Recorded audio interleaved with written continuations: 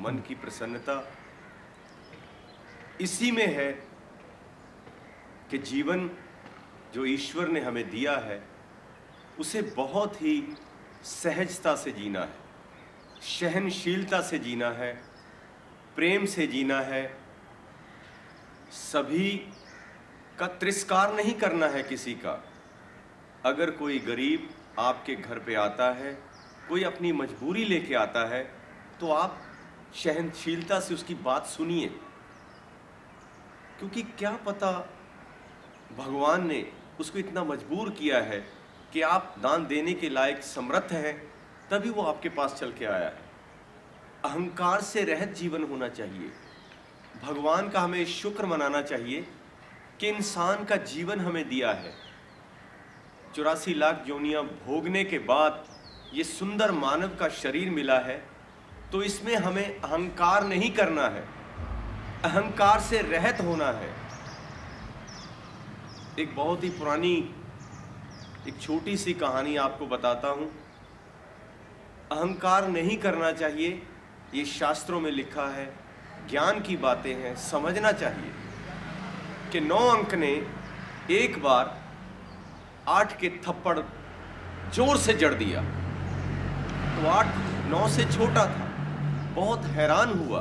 तो उसने पूछा, भाई तुमने मुझे क्यों मारा? तो उसने बोला कि भाई तू छोटा है इसलिए मारा। अब वो बेचारा चुप हो गया।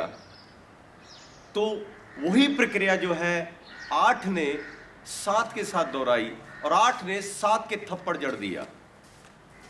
अब 7 भी यही क्वेश्चन पूछता है उससे कि आपने मुझे क्यों थप्पड़ मारा? उसने बोला, भाई तू मुझसे छोटा है इसलिए मैंने तुझे थप्पड़ मारा। 7 ने 6 के मारा, 6 ने 5 के थप्पड़ मारा, 5 ने 4 के मारा, 4 ने 3 के मारा, 3 ने 2 के मारा। यही प्रक्रिया चलते हुए जब 1 की बारी आई तो उसने क्या सोचा कि भाई अगर मैं 0 के थप्पड़ मारूंगा, उसको बोध था परमात्मा की ओर से, तो ये अहंकार से भरी बातें हो जाएगी। इसलिए उस बेचारे ने उसको थप्पड़ नहीं मारा बल्कि 0 को अपने बराबर बिठा दिया। अब 0 को जिसे कोई मान्यता नहीं देता, उसको अपने बराबर बिठाने से अब उसकी पावर 1 से 10 गुना हो गई। तो इसलिए ये कहानी एक संदेश देती है कि अपने से जो नीचे, जिसको हम समझते हैं नीचा, कोई नहीं होता। ये हमारी सोच है कि अगर मेरे पास धन ज़्यादा है, संपत्ति ज़्यादा है और मैं सोचता हूँ कि मैं पैसे वाला हूँ, तो ये नित्य नहीं है, हमेशा नहीं है। तो इसलिए सबको अपने समकक्ष समझो। अगर वो 0 को अपने समकक्ष नहीं बिठाता तो उसकी पावर 10 गुना नहीं होती, वो 1 ही रह जाता।